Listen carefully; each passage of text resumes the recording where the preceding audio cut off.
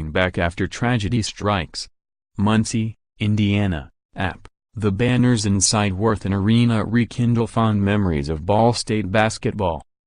They are reminders of 7 regular season Mid-American Conference championships, 7 league tourney crowns and 7 NCAA Tournament bids earned during a 19-year stretch starting in 1981. They spur debate about whether the greatest moment in program history was the Sweet 16 run in 1990 or the improbable journey to the 2001 Maui Invitational championship game after upsetting No. 4 Kansas and No. 3 UCLA on back-to-back nights before falling short against top-ranked Duke. Since then, the once budding mid-major program has been mired mostly in mediocrity. Or worse. The rafters prove it. This season was supposed to be different.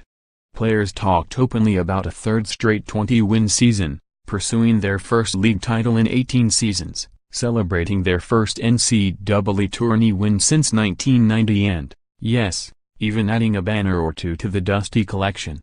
They had hoped to pursue those goals with 6'9" forward Zach Hollywood of Bourbonnais, Illinois, along for the ride. Instead, they are playing for his memory. Well liked by his coaches and teammates, the 19-year-old Hollywood was found dead in his apartment on August 22 after committing suicide. Everything changed for the Cardinals that day, and now, a terrible start to the season has given way to an inspired winning streak that carries so much more with it. James Whitford has dealt with his share of adversity in 2 decades as a coach. It's part of the job. Coping with a player's suicide was a first and Whitford needed answers. He wanted to know why Hollywood, the kid whose obituary said he loved Superman ice cream, would take his own life and whether he could have done something, anything to prevent the tragedy, questions that were dominating the locker room. Whitford and his team both needed help. Objectively, what I would say to myself is that, I know we have a very competent staff. I know we have a staff that works very hard. And I know every single one of us would have walked barefoot to Alaska to save him, Whitford said, his voice breaking ever so slightly. Our souls, our hearts and our intent, I know, we're all in the right place. But that doesn't stop you from asking what you could have noticed or what could you have missed or what could you have done differently. One of his first calls went to first-year Indiana coach Archie Miller, who worked with Whitford when the two were on the staff at Arizona. Miller had dealt with his own tragedy in the summer of 2016 when Dayton center Stephen Sylvine died from a heart condition known as hypertrophic cardiomyopathy. Now, Miller was on the other side, offering condolences and advice, explaining to Whitford it had taken 6 months before his team was back to normal. Basketball was the least of Whitford's concerns. Workouts stopped, and Whitford also needed to help support Thray Moses, a 6'9" forward from Louisville who found his best friend's body. Moses hasn't answered questions about it since that awful August day. I've struggled with depression for over 7 years. I regret not allowing anyone to know until now, Moses wrote in series of Twitter posts last February, encouraging some to seek help and others to understand. About a week after Hollywood's death, Whitford informed the Cardinals the gym would soon be opened for voluntary workouts.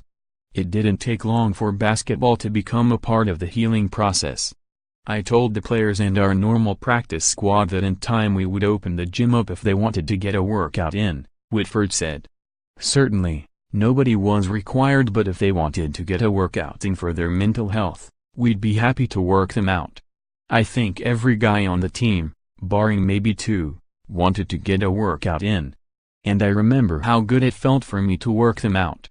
Whitford expected his team to be behind when the season started in November, and it was.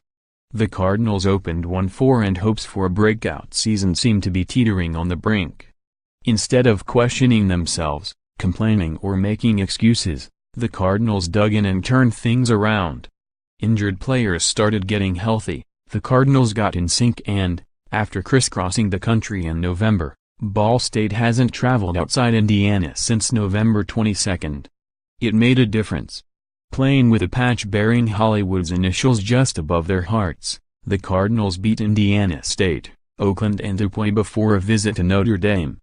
There, with Hollywood's family in the crowd, Taylor Persons made a three-pointer from the corner with 1.7 seconds left to give Ball State an 80-77 victory and its first top 10 win since that UCLA game in Maui all those years ago.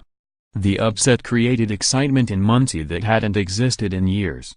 Inside the locker room, it confirmed what the players already believed. "I think it gave us that spark, it showed we could play with anybody," forward Tajai Teague said. 4 nights later, Persons delivered again, making another three in the closing seconds to beat Valparaiso, 71-70. And now things are really humming. Ball State, 7-4, has won 6 straight, including Tuesday's win over North Florida, a game in which Moses had 15 points and 13 rebounds in his New Jersey number, 24, Hollywood's old number.